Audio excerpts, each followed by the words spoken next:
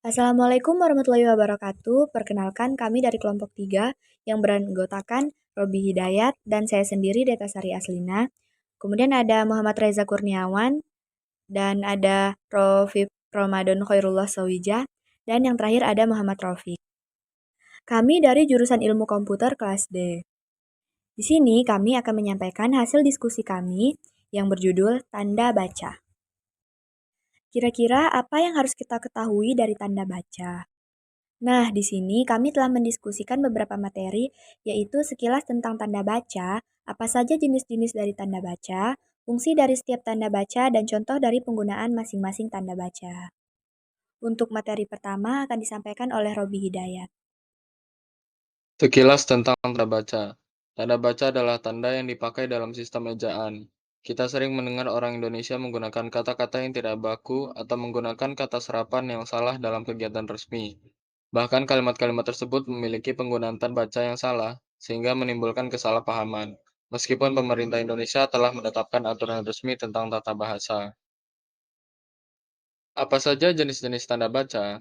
Berikut adalah jenis-jenis tanda baca, yaitu tanda titik, tanda koma, tanda titik koma, tanda titik dua, tanda hubung, tanda pisah, tanda tanya, tanda seru, tanda elipsis, tanda petik tunggal, tanda kurung siku, tanda garis miring, dan tanda apostrof. Yang pertama adalah tanda titik. Tanda titik digunakan pada akhir kalimat yang bukan pertanyaan. Contohnya adalah mereka sedang bermain di sana, titik. Di sini titik digunakan untuk mengakhiri kalimat. Yang kedua adalah tanda titik untuk memisahkan angka, jam, menit, dan detik.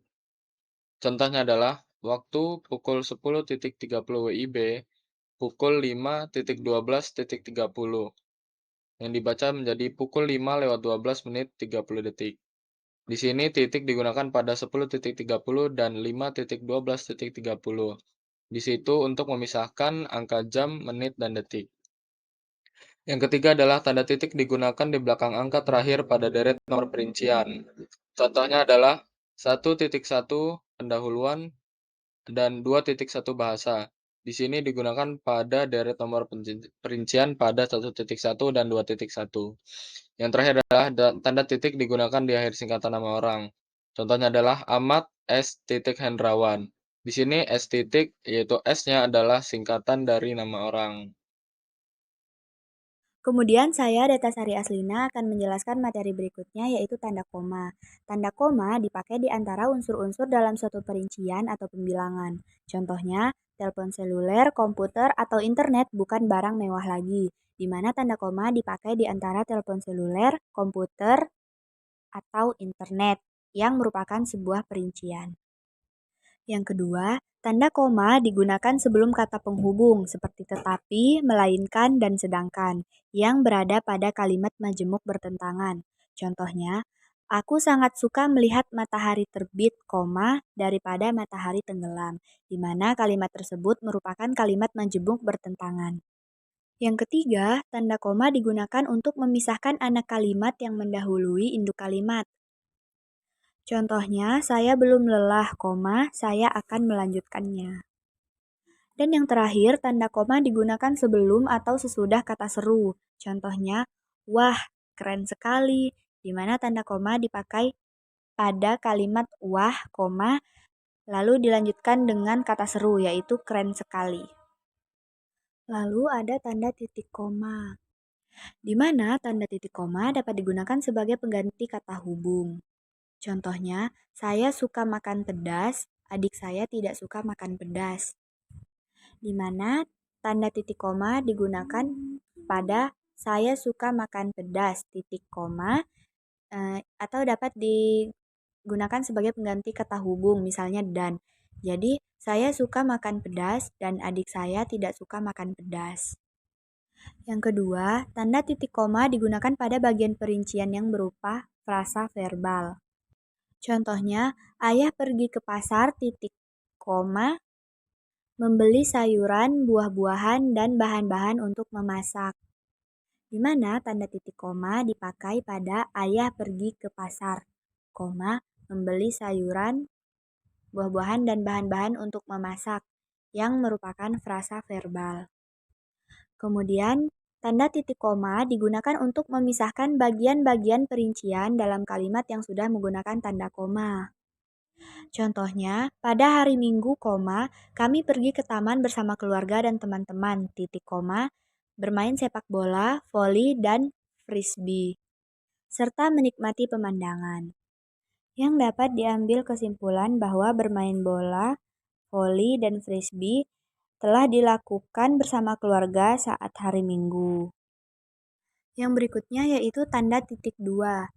Tanda titik dua digunakan pada akhir suatu pernyataan lengkap. Contohnya, dia memiliki banyak hobi seperti bermain musik, memasak, dan menulis. Titik dua, semua hobi yang membutuhkan kreativitas. Di mana semua kalimat yang berada di belakang titik dua seperti hobi, bermain musik, memasak, dan menulis merupakan hobi yang membutuhkan kreativitas. Yang kedua, tanda titik dua tidak digunakan jika perincian atau penjelasan itu merupakan bagian dari kalimat lengkap. Contohnya, saya senang belajar bahasa baru, termasuk bahasa Spanyol dan bahasa Mandarin. Di sini tidak digunakan tanda titik dua karena pada kalimat tersebut telah jelas bahwa bahasa yang dipelajari yaitu bahasa Spanyol dan bahasa Mandarin. Dan yang terakhir, tanda titik dua digunakan dalam naskah drama sesudah kata yang menunjukkan pelaku dalam percakapan. Contohnya, Nita titik dua, halo apa kabar? Di mana Nita adalah pelaku dalam percakapan tersebut. Assalamualaikum warahmatullahi wabarakatuh. Perkenalkan, nama saya Muhammad Rafiq dengan NPM Tahir 089. Baiklah, di sini saya akan menjelaskan tentang tanda hubung.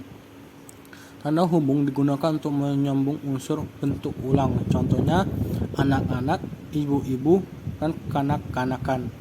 Tanda hubung digunakan untuk memperjelas hubungan bagian kata atau ungkapan. Contohnya ibu membeli kue coklat mentega, di mana kue coklat.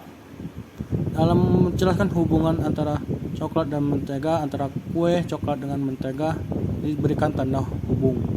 Tanda hubung digunakan untuk merangkai unsur yang berbeda. Contohnya bersim, se-Australia, yang berarti orang-orang yang memiliki SIM dan orang-orang seluruh Australia.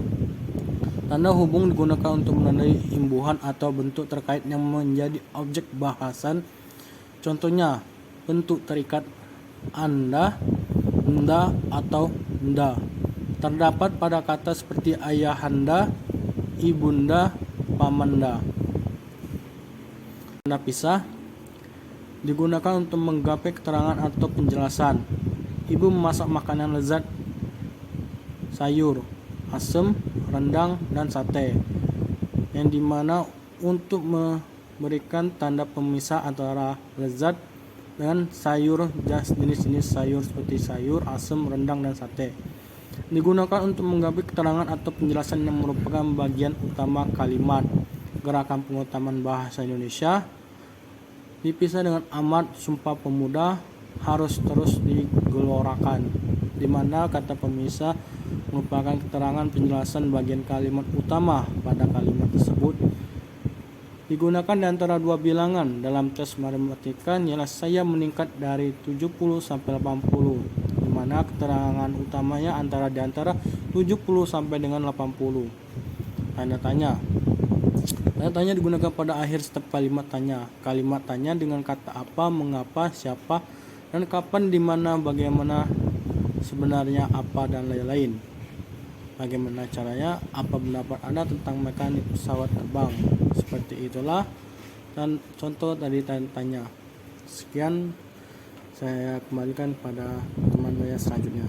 Assalamualaikum warahmatullahi wabarakatuh. Perkenalkan, nama saya Rafiq Ramadan Khurulosowija dengan NPM 225705109. Di sini saya akan menjelaskan yang pertama itu tanda seru. Tanda seru sering digunakan untuk mengakhiri ungkapan yang memiliki makna seperti keterkejutan, ketulusan, ketidakkepercayaan, emosi yang kuat, seruan, atau perintah, dan lain-lain. Contohnya itu seperti yang pertama, hidup atau harta. Ini di akhir kalimatnya ada kalimat tanda seru. Dan yang kedua, hati-hati, ada jurang. Di akhir kalimatnya juga terdapat tanda seru. Contoh yang ketiga, berani. Di akhir kalimat terdapat tanda seru juga karena itu sebuah seruan. Yang keempat, hati-hati. Di akhir kalimatnya juga ada tanda seru.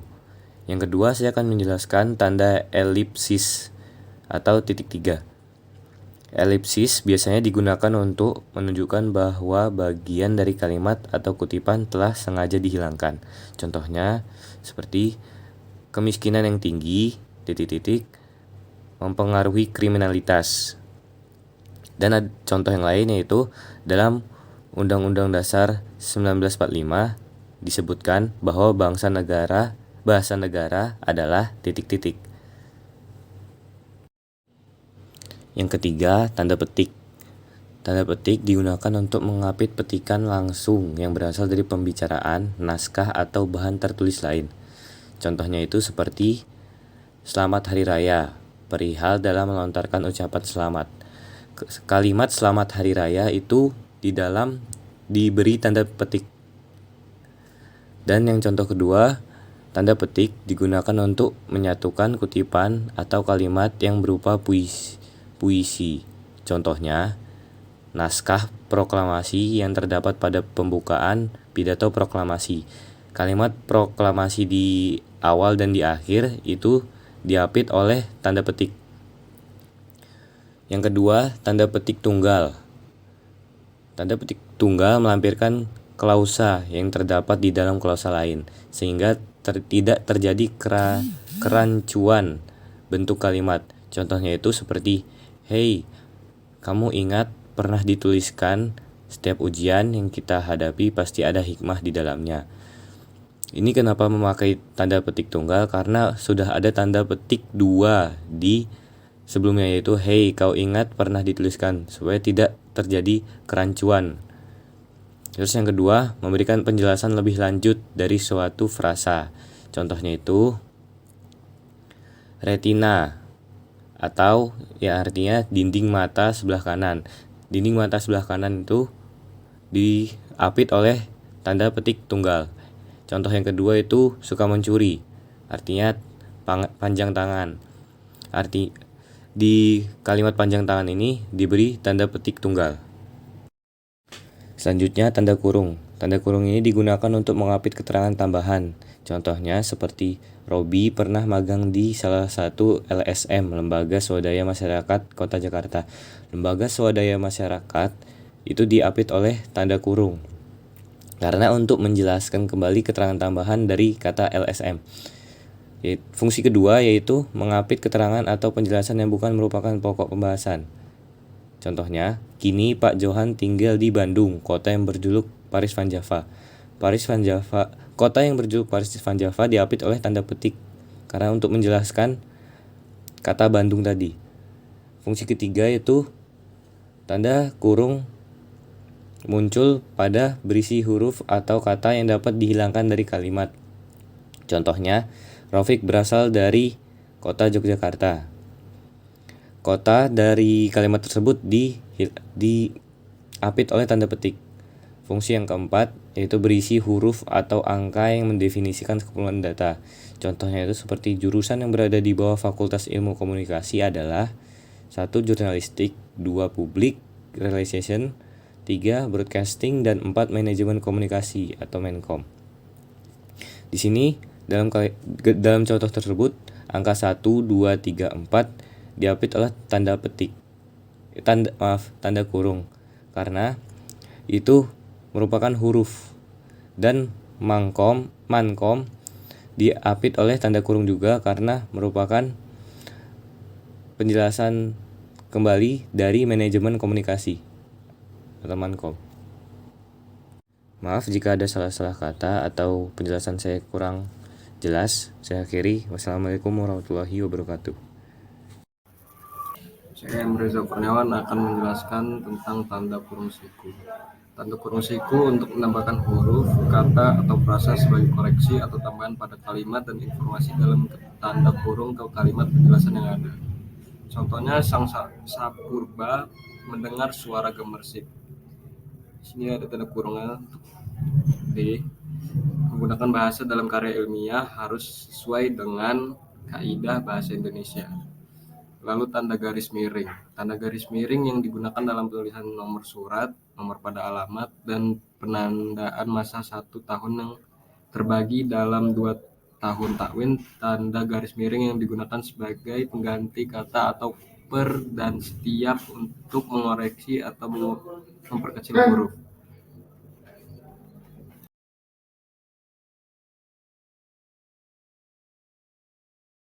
Sekian hasil diskusi dari kelompok kami. Jika ada pertanyaan, silakan tuliskan di kolom komentar.